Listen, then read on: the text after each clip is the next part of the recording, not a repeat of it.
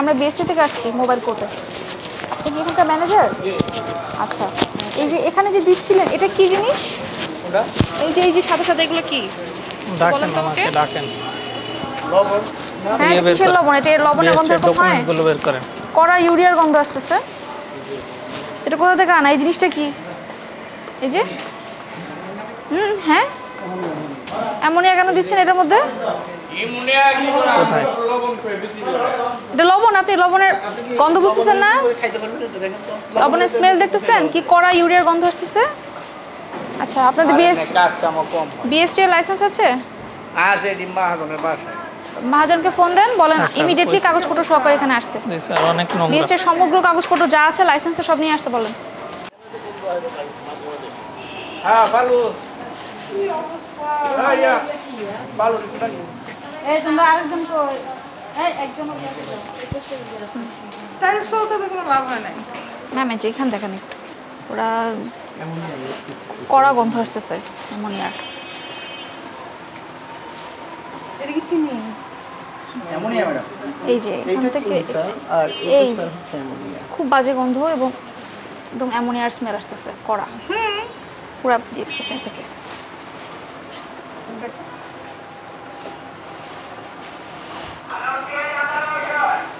এইটা কেন দেন আপনারা? এই জিনিসটা কেন বসাচ্ছেন?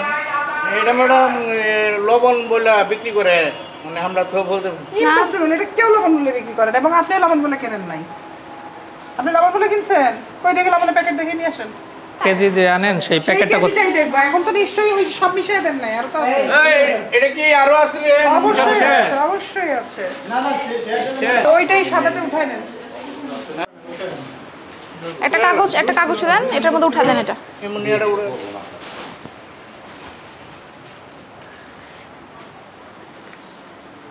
এটা সোডিয়াম বাইকার্বনেটের স্মেল না, এটা ওইটারই স্মেল।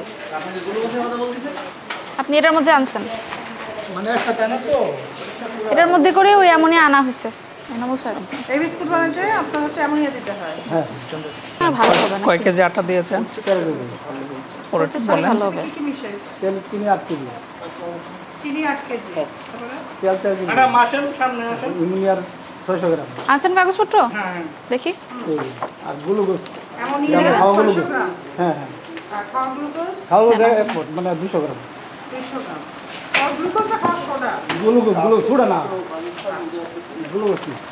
শফিকুল সাহেব, মোহাম্মদ শফিকুল ইসলাম, আপনার এখানে আমরা এসে আশরাফ বেকারির আপনাকে ম্যানেজার হিসেবে কর্মরত পেয়েছি। আপনাদের যে কর্মপরিবেশ আমরা দেখলাম, আর সেখানে দেখলাম যে আপনাদের কর্মপরিবেশ খুবই নোংরা। আপনি কি বলেন যে এই নোংরা না পরিষ্কার? না, এমনি তো কোনো কিন্তু পরিবেশে আপনি কাজ করবেন, সেই পরিবেশটা যেন পরিবেশটা কি সম্পন্ন হয়। আপনার যে পরিবেশ, আপনার ওখানে আপনি সব কিছু শুকাতে দিয়েছেন, খাবারগুলো রেখেছেন, বিড়াল বের হয়ে চলে গেল। আপনার এখানে নোংরা, আপনারা সব জিনিস ঠান্ডা করতে দিচ্ছেন মেঝেতে রেখে। আপনাদের একটা ঠান্ডা করার ট্রে পর্যন্ত যে রাখে, র্যাক রাখে, এরকম র্যাক পর্যন্ত আপনার বেকারিতে মোটামুটি যথেষ্ট বড় এবং পুরাতন মনে হচ্ছে। এগুলো কোনো কিছুই নাই। আপনাদের আমরা এসে পেয়েছি যে আপনারা যে পণ্য করছেন, এখানে আপনারা অ্যামোনিয়া ব্যবহার করছেন। এই অ্যামোনিয়ারও যে মাত্রায় ব্যবহার করানো সেরকম কোনো মাত্রা আপনাদের কী করা নাই, নির্ধারিত কোনো মাত্রায় আপনারা ব্যবহার করছেন না। যে আপনাদের ইচ্ছা মতো যেমন মনে হচ্ছে অনিয়ন্ত্রিত মাত্রায় আপনারা কী করছেন, এই অ্যামোনিয়া ব্যবহার করছেন। কিন্তু আপনাকে লাইসেন্সের সময় যেটা বলা দেওয়া হয়েছে যে কোন জিনিসের কতটুকু রেশিও, এগুলো কোনো কিছু আপনি মানছেন না। এবং সর্বোপরি আপনার যে পণ্যগুলো আপনারা উৎপাদন করছেন, বিস্কুট, কেক, পাউরুটি, এগুলোর লাইসেন্স আপনার হালনাগাদ করা নাই এবং লাইসেন্স আপনার কাগজেও দেখাইতে পারেন নাই যেগুলো আছে বলছেন।